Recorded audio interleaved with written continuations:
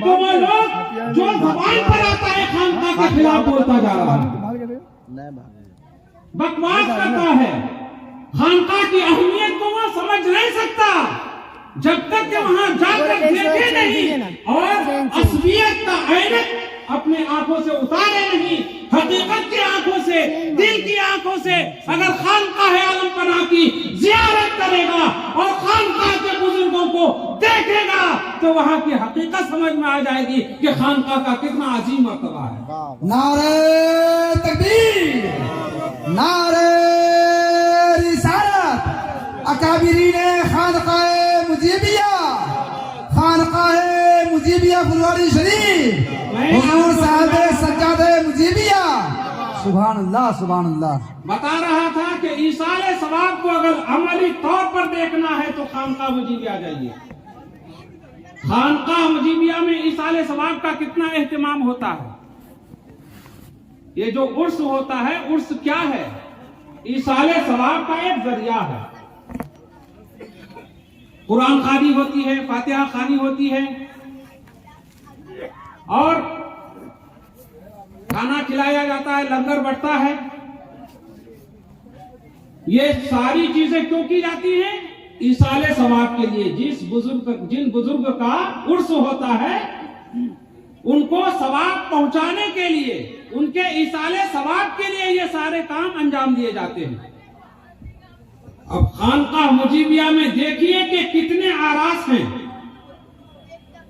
پورے سال میں کتنا عرس ہوتا ہے، کوئی مہینہ خالی نہیں جاتا۔ بعض مہینے ایسے ہیں کہ جس میں 2 3 عرس ہیں۔ آپ کو یہ مثال کہیں ملے گی؟ کہیں بھی کوئی بھی خانقاہ دکھائیے آپ کہ ایصال ثواب کا اتنا اہتمام ہوتا ہو کہ جتنے بزرگوں کی طرف نسبت کی جاتی ہے ان بزرگوں کے نام پر ایصال ثواب ہوتا ہو، ان بزرگوں کے نام پر عرس ہوتا ہو، کوئی ایک خانقاہ دکھا دیجئے۔ یہ خانقاہ مجیبیہ ہے کہ جتنے مشہور مشائخ ہیں سارے مشائخ کا عرس خانقاہ مجیبیہ میں بے شک بے شک، سبحان اللہ، حق ہے۔ وہاں کا عرس محرم سے شروع ہوتا ہے، جی واہ، بیٹا سے جی شروع ہوتا ہے اور باپ پر ختم ہوتا ہے۔ سبحان اللہ۔ یعنی امام حسین کے عرس سے شروع ہوتا ہے اور حضرت مولائے کائنات علی مرتضیٰ علیہ السلام کے عرس پر ختم ہوتا ہے۔ اور اس بیچ میں جتنے بھی بزرگان دین ہیں مشہور، ان تمام بزرگوں کا عرس ہوتا ہے۔ حضرت غوث پاک کا عرس ہوتا ہے 11ویں شریف۔ اتنی پابندی سے 11ویں شریف جو ہوتی ہے، 11ویں کا نعرہ تو لگاتے ہیں لوگ، بہت لگاتے ہیں، غوث اعظم کے دیوانے اپنے آپ کو کہتے ہیں، لیکن حضرت غوث پاک کے نام پر 11ویں کو کتنے کرتے ہیں؟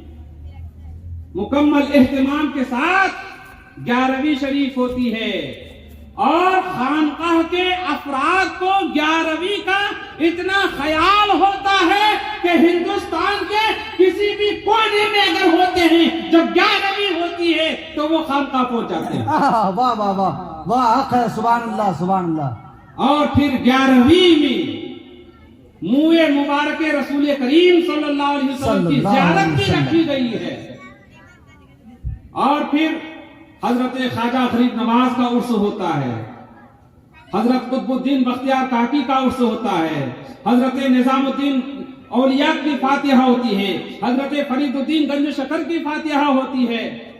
مشہور جو بزرگان دین ہیں ان کے آراس ہوتے ہیں، ان کے لیے فاتحہ ہوتی ہے اور ان کے لیے ایصال ثواب کیا جاتا ہے۔ اس لیے میں نے کہا کہ اگر ایصال ثواب کو عملی طور پر دیکھنا ہو، سمجھنا ہو تو خانقاہ مجیبیہ چلے جائیے۔ بے شک بے شک، سبحان اللہ۔ اور ایک چیز ہے، راستے میں حضرت سے باتیں ہو رہی تھی تو حضرت نے فرمایا، حضرت مولانا شاہ منہاج الدین مجیبی مدد اللہ العالی نے یہ فرمایا کہ باغ مجیبی، باغ مجیبی جانتے ہیں کس کو کہتے ہیں؟ وہاں کے قبرستان کو، خانقاہ کے احاطے میں جو قبرستان ہے اس قبرستان کو اور پورے اس کو جو پیڑ وغیرہ ہیں ادھر تالاب کے ادھر وہ پورے کو باغ مجیبی کہا جاتا ہے. تو باغ مجیبی میں جو لوگ دفن ہوتے ہیں تو ان لوگوں کی خواہش رہتی ہے کہ کاش باغ مجیبی میں جو گز زمین مل جائے دفن ہونے کو. لوگوں کی خواہش ہوتی ہے, لوگ تمنا کرتے ہیں اور عاجزی انکساری کر کے اجازت طلب کرتے ہیں جناب حضور مدد اللہ علی سے, اور جن کو اجازت مل جاتی ہے دفن ہونے کی وہ اپنی قسمت پر ناز کرتا ہے. واہ واہ سبحان اللہ. گویا کہ یہ ثانیہ مدینہ ہے, دوسرا مدینہ ہے. سبحان کہ اللہ. مدینہ میں مرنے کے لیے لوگ تمنا کرتے ہیں, وہاں دفن ہونے کے لیے آرزویں کرتے ہیں, اور اللہ کے رسول صلی اللہ علیہ وسلم کے شہر میں جگہ جس کو مل جاتی ہے اس کے لیے ضمانت ہو جاتی ہے واہ واہ. اور اس کی بخشش یقینی ہو جاتی ہے. اللہ کے رسول صلی اللہ علیہ وسلم نے بشارت بھی سنائی ہے سبحان کہ اللہ. جس سے بھی ہو مدینے میں آ کر مرے, اس لیے کہ جو یہاں مرے گا, جو یہاں دفن ہوگا, اس کی بخشش میرے ذمے ہے, اس کی سفارش میرے ذمے ہے. حضور اکرم صلی اللہ علیہ وسلم نے بشارت سنائی ہے. سبحان تو اللہ. گویا کہ یہ ثانیہ مدینہ ہے کہ لوگ تمنا کرتے ہیں کہ وہاں تو ہم نہیں پہنچ پائیں گے, لیکن باغ مجیبی ہے یہاں نزدیک, باغ مجیبی میں ہم دفن ہو جائیں تو پھر ہماری قسمت بھی سنور جائے گی. اور ایک بات یاد آئی بیچ میں, شاید کہ آپ نے کہیں سنی ہو یہ بات. ایک بات یاد آئی, بہت انمول بات ہے کہ لوگ جو مدینے میں دفن ہوتے ہیں ان کی بخشش یقینی ہے. اس لیے تمنا کرتے ہیں لوگ کہ مدینے میں جائیں اور وہیں پر مریں, وہیں پر دفن ہوں. لیکن تمنا, ہر تمنا کرنے والے کو یہ سعادت نصیب نہیں ہوتی ہے. یہ سعادت اسی کو نصیب ہوتی ہے جس کو اللہ کے رسول صلی اللہ علیہ وسلم وہاں جگہ دینا چاہتے ہیں. واہ واہ. اور اگر اللہ کے رسول صلی اللہ علیہ وسلم نے نہیں چاہا, انکار کر دیا, پسند نہیں کیا, قبول نہیں کیا, تو دفن ہونے کے بعد بھی اس کی لاش منتقل کر دی جاتی ہے. بدایوں کے ایک بزرگ تھے, ان کی خواہش تھی کہ ہم مدینہ جائیں اور وہیں پر مریں, وہیں پر دفن ہوں. تو انہوں نے سب سے اجازت لی اور سب سے معافی تلافی کی اور سب سے کہہ دیا کہ ہم مدینہ جا رہے ہیں اور ہم واپس وہیں آئیں گے, ہم وہیں پر دفن ہوں گے. سب سے اجازت لے لی. کچھ دنوں کے بعد انہوں نے ارادہ ترک کر دیا. تو لوگوں نے پوچھا کہ حضرت آپ تو جا رہے تھے لیکن آپ رک کیوں گئے؟ کہا کہ نہیں, میں اب نہیں جاؤں گا, اب میں یہی مروں گا اور یہی دفن ہوں گا. کہا کہ وجہ؟ تو انہوں نے وجہ بتائی کہ میں سو رہا تھا, خواب دیکھا, خواب یہ دیکھا کہ مدینے سے کچھ لاشوں کو, جنت البقیع سے کچھ لاشوں کو نکالا جاتا ہے اور باہر بھیج دیا جاتا ہے, اور باہر کی کچھ لاشوں کو لا کر مدینے میں دفن کیا جاتا ہے. اللہ اللہ. ان کی جگہ, جن کی لاش کو نکالا جاتا ہے ان کی جگہ دوسرے لاشوں کو لا کر کے رکھا جاتا ہے.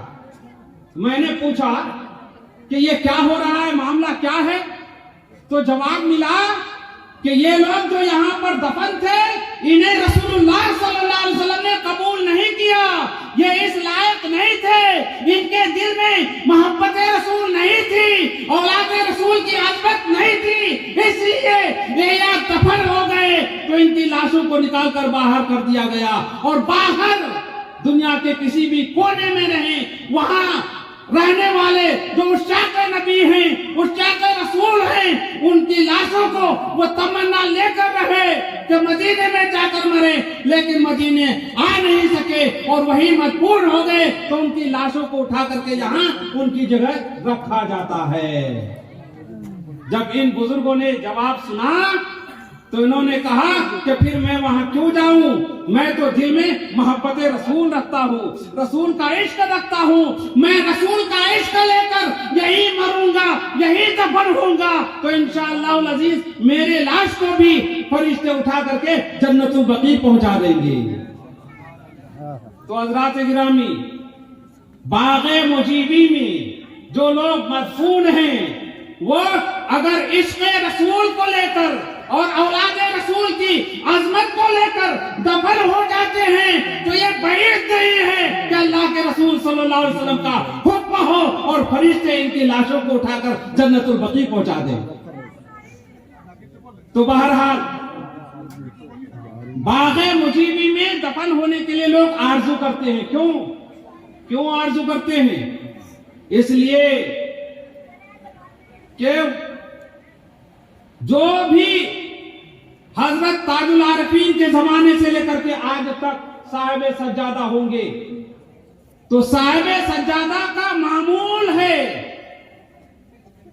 کہ عصر کے بعد فاتحہ پڑھنے جاتے ہیں, مزارات پر فاتحہ پڑھتے ہیں. مزارات پر فاتحہ پڑھنے کے بعد اخیر میں جب حضرت فرد الاولیاء کے چبوترے پر تشریف لے جاتے ہیں تو وہاں کھڑے ہو کر باغ مجیبی میں مدفون جتنی بھی قبریں ہیں تمام قبر والوں پر فاتحہ پڑھتے ہیں. سبحان اللہ, بے شک, سبحان اللہ. تمام قبر والوں پر فاتحہ پڑھتے ہیں. بے شک, بے شک, واہ واہ. ادھر اپنے بزرگوں سے فیض لیا, واہ, جو ہی اندر داخل ہوئے سبحان اللہ, اپنے دادا کے دادا